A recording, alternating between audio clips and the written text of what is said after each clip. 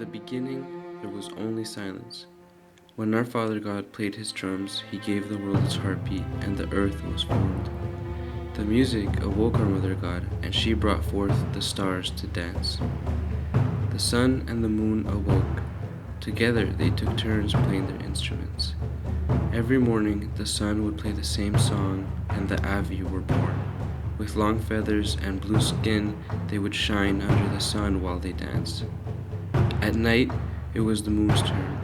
Every night she played a different song, and the Ogi were born. They were all different and affiliated themselves with good and evil depending on the phase of the moon. After a year of dancing, our Father God abandoned us, and the world he created experienced silence for the first time. Our Mother God chose to leave us. She appointed 3 Avi as kings to watch over the world in her absence. She granted them 3 moons to prove dominion over the Ogi. These moons changed them. Those under the blue moon lived in high towers to prove their loyalty to the gods. They were intelligent but naive and gullible. Those under the green moon built fortresses surrounded by walls. They became militant and assertive but lacked empathy and compassion.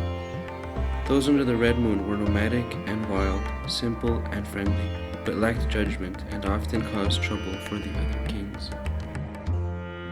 The blue king was known for being devout to the gods and created rituals to pay their respects.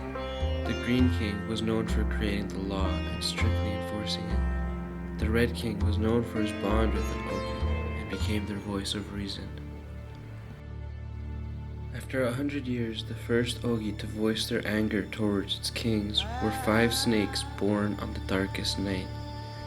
The Green King saw this as treason, punishable by death. The Blue King agreed, while the Red King rejected the suggestion. After several days of arguing, he grew tired and reluctantly agreed. The snakes were executed and buried deep below the earth. The bond between the Red King and the Ogi was broken. To repair the bond, his children offered themselves as sacrifices to bring back the 5 snakes. The snakes came back to life stronger than before.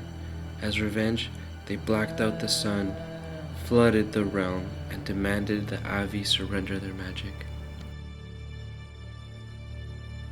The Blue King and his family tried to save as many as they could, but the snakes exiled them, symbolically destroying their superiority. The green moon was split in 2, reducing the king's power.